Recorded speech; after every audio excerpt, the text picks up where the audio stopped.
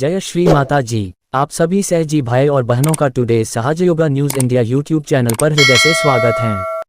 आज हम एक और नए सहजयोग मिरेकल के बारे में जानेंगे। इस वीडियो को सभी युवा सहजयोगिनी जरूर देखिए। श्री माताजी ने सभी सहजयोगिनी को एक महत्वपूर्ण बात बताई है।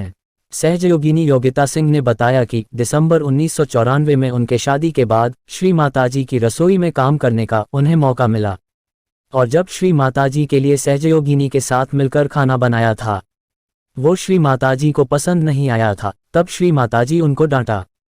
और उसके बाद क्या हुआ था अगले दिन, सुनिए इस अद्भुत, अविश्वसनीय, अकल्पनीय मिरेकल में एक बार जरूर आप सभी। श्री माताजी ने ली हर परीक्षा एक वरदान है। श्री माताजी ने ली हर परीक्षा एक वरदान है। Yogita Singh, Eternally Inspiring Recollections of Our Divine Mother Volume 6, 1994 to 1997 से साभार। मेरा परिवार मूल रूप से शाकाहारी था, इसलिए शादी से पहले मैंने कभी मांसाहारी खाना नहीं बनाया। लेकिन शादी के बाद श्री माताजी की रसोई में काम करने का मौका मिला। मैं बहुत खुश थी, लेकिन साथ ही बहुत डरी हुई भी थी, क्योंकि हमारे परिवार में हम आमतौर पर बिना मसाले के बहुत ही सादा खाना बनाते थे। शुरुआत में लगा कि सब कुछ ठीक चल रहा है, लेकिन धीरे धीरे किचन की लय और कुछ घंटों की नींद ने ध्यान के स्तर को प्रभावित करना शुरू कर दिया। 1994 में एक दिन माँ बहुत गुस्से में थी, और जब वो किचन में आई तो हमें बुरी तरह डांटा। उन्होंने कहा, लड़कियां इन दिनों घूमना पसंद करती हैं, कॉलेज जाती हैं, लेकिन वे अच्छी कुकिंग नहीं सीखना चाहती, जो उनके लिए बहुत जरूरी है। इनमें से प्रत्येक शब्द बहुत सत्य था, खासकर मेरे मामले में। मैं देवी की सेवा के योग्य न होने के कारण बहुत हीन महसूस कर रही थी, और ऐसा महसूस हो रहा था कि मैं धरती माता में समा जाऊं।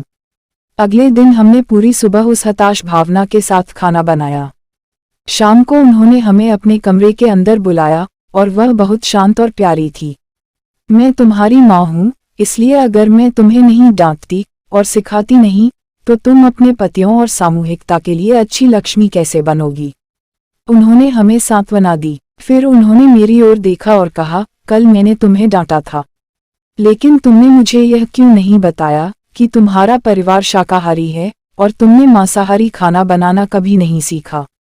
माँ, आप सब कुछ जानती हैं, मैंने मन ही मन कहा, क्योंकि मुझे नहीं पता था कि क्या कहूँ। हाँ, यही बात है। वह मुस्कुराई और फिर से खुश हो गई।